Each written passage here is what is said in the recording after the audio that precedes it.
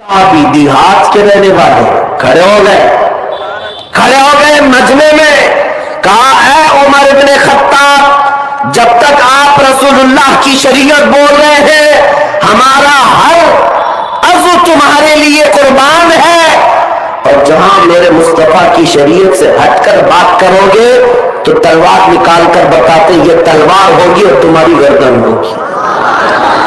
وہ غریب صحابی کس کو کہہ رہے ہیں؟ عمر ابن خطاب کو رضی اللہ تعالیٰ عنہ، کہتے اس وقت میں یہ نہیں دیکھوں گا کہ سامنے چہرہ کس کا ہے، میں تمہارا اور میرا مقابلہ ہوگا میرے مصطفیٰ کی شریعت کی حقانیت بچانے کے لیے۔ شخصیتیں نہیں دیکھی جاتی ہمارے دین میں، بڑے مولوی صاحب بولے ہیں تو اس کا مطلب صحیح ہوگا، نہیں، وہ کچھ بھی بک بک بک بک کر جائیں تو سب صحیح نہیں ہوتا۔ پہلے یہ دیکھیں آپ کوئی بڑے عہدے والا بول رہا ہے، اونچی ٹوپی والا بول رہا ہے، سفید داڑھی والا بول رہا ہے، ہمیں اس سے غرض نہیں۔ میں کہتا ہوں اگر پھٹے جبے والا بھی بول رہا ہو لیکن دل عشق مصطفیٰ سے چمک رہا ہو، وہ ہمارے سروں کا تاج ہے، وہ ہمارے آنکھوں کا نور ہے، لیکن دل میں حضور کی محبت نہیں اور کسی حکومت کو راضی کرنے کے لیے اول فول بک رہا ہے تو پھر اس سے ہمارا کوئی رشتہ نہیں اور نہ ہی ہماری قائد ہے۔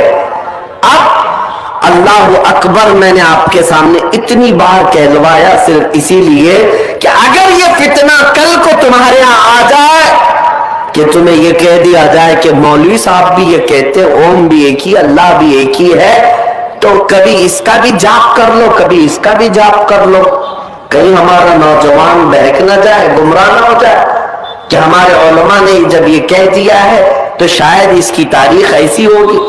ایک بات یاد رکھیں، مولوی صاحب یہ کہتے ہوئے یہ بھی بہک گئے کہ انہوں نے دوسرے مذہب والوں سے پوچھا اوم کیا ہے، تو ان کو لوگوں نے بتایا کہ وہ ایک ہوا ہے، وہ ایک طاقت ہے۔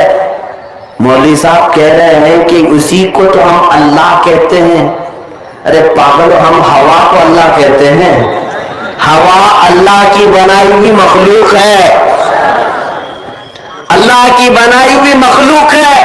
اگر ہوا کو ہی تم اللہ مانتے ہو تو اسی لیے ہواؤں میں آپ اڑ رہے ہو، شاید تمہارا عقیدہ ابھی اس اللہ کی تک نہیں آیا۔ وہ قادر مطلق جس پر ہم ایمان رکھتے ہیں وہ اللہ کیسا ہے؟ وہ اللہ رب العزت، وہ جسم و جسمانیت سے پاک ہے، مکان و مکانیت سے پاک ہے، انسانوں کے بس میں آنے سے پاک ہے، ہر عیب سے پاک ہے۔ اللہ رب العزت بے نیاز ہے، وہ کسی کا محتاج نہیں۔ ہمارے یہاں جو تصور ہے اللہ کا وہ بہت الگ ہے، بہت الگ ہے۔ مجھے بتاؤ مسلمانوں، حیدرآباد میں ہزاروں مسجدیں ہوں گی، آپ نماز کے لیے جب جاتے ہیں تو کیا محراب میں یا سامنے کی دیوار پر اللہ کی تصویر بنی ہے؟ چلو حیدرآباد میں نہیں، کسی دوسرے شہر میں ہے، دوسرے ملک میں ہے، کہیں سنا آپ نے؟ پوری دنیا بھر کی مسجدوں میں جا کر دیکھ لینا، اللہ کی کوئی تصویر نہیں بنائی گئی۔ یہی تو تمہاری خصوصیت ہے مسلمانوں کی، جو بغیر اپنے خدا کو دیکھے سجدے میں گر جاتی، بغیر دیکھے سجدے میں گرتی ہے اور اس کا یقین ہے کہ اللہ ہے۔ ہاں، یہ وہ دوسرا تصور تم کہاں لا کر فٹ کر رہے ہو، جن کو سامنے رکھنا پڑتا ہے پھر جھکنا پڑتا ہے، سامنے رکھنا پڑتا ہے پھر جھکنا پڑتا ہے۔ اور مذاق تو مذاق، ایک صحابی ہیں کہتے ہیں یا رسول اللہ صلی اللہ علیہ وسلم، زمانے جاہلیت کی اپنی بات بتا کر کہتے ہیں آقا میری زندگی کے اسلام لانے سے پہلے کے دو واقعات ایسے ہیں، ایک واقعے کو یاد کرتا ہوں تو ہنسی آتی ہے اور دوسرے واقعے کو یاد کرتا ہوں تو رونا آتا ہے۔ حضور نے پوچھا وہ کیا ہے؟ فرماتے رونا اس بات پر آتا ہے کہ ہم جہالت کے زمانے میں بیٹیاں پیدا ہوتی تو گردن مروڑ کر دفن کر دیتے تھے، کہتے ہیں میں نے خود بھی دفن کر دیا. آج جب یہ بات احساس ہوتی ہے, یاد آتی ہے اسلام میں آنے کے بعد, تو رونا آتا ہے کہ ہم نے کتنا ظلم کیا اپنی بچیوں پر. اسلام لانے کے بعد احساس ہوا. حضور نے پوچھا پھر ہنسی کس بات پہ آتی ہے؟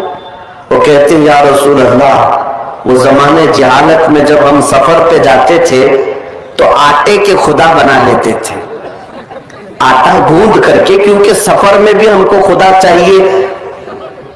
کہیں جائیں گے ہوا کا الگ ہے, پانی کا الگ ہے, کھانے کا الگ ہے, سب الگ ہے, سب الگ الگ ہم بنا کر کے لے کے چلتے تھے, کیونکہ بڑے بڑے پتھر کو اٹھا کر لے جانا مشکل تھا.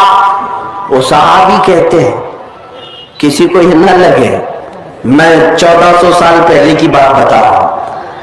حضور صلی اللہ علیہ وسلم سے عرض کرتے ہیں کہ آقا ہم وہ آٹے کے بنا کر لے جاتے تھے. حضور نے پوچھا پھر کیا ہوا؟ کہا راستے میں چلتے تھے, پھر کبھی ایسا ہوتا غلہ اناج ہمارا ختم ہوتا تو کبھی اس کا ہاتھ توڑ کے کھاتے تھے, کبھی پیر توڑ کے کھاتے تھے, کبھی اس کی پورے سر کو ہی پکا کے کھا لیتے تھے. ان کو اسلام لانے کے بعد احساس ہوا. فرماتے ہیں کہ کس طرح کی جہالت میں تھا کہ میں خود ہاتھوں سے خدا کو بناتا اور خود ہی توڑتا بھی تھا, خود ہی کھاتا بھی تھا.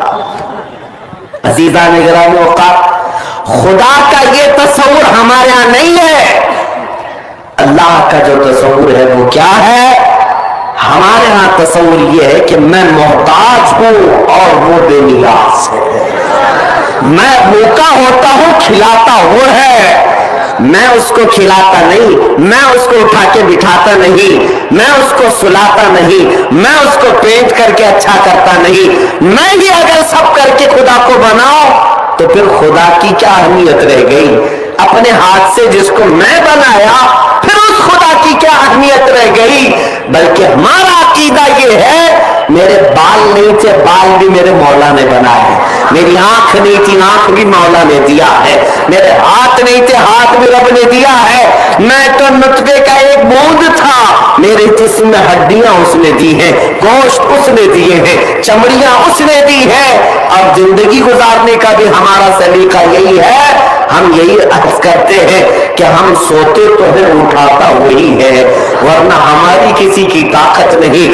پانی پی تو لیتے ہیں, نکالنے کی طاقت ہمارے اندر نہیں جب تک مولا نہ چاہے.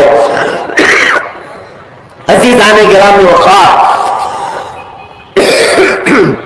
اللہ رب العزت کے متعلق جو ہمارا تصور ہے وہ اس کو بے نیاز ماننا. اور قرآن کی آیت ہے قل هو اللہ احد اللہ الصمد. محبوب آپ فرما دو اللہ ایک ہے, اللہ بے نیاز ہے, اللہ بے نیاز ہے.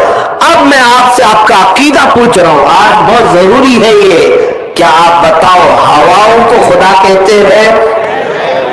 ہوا خدا ہے, بارش خدا ہے, طاقت خدا ہے, یعنی کوئی بھی طاقت دنیاوی. اللہ رب العزت یہ چیزوں کا نام نہیں ہے, یہ سب چیزیں تو اس اللہ نے پیدا کی.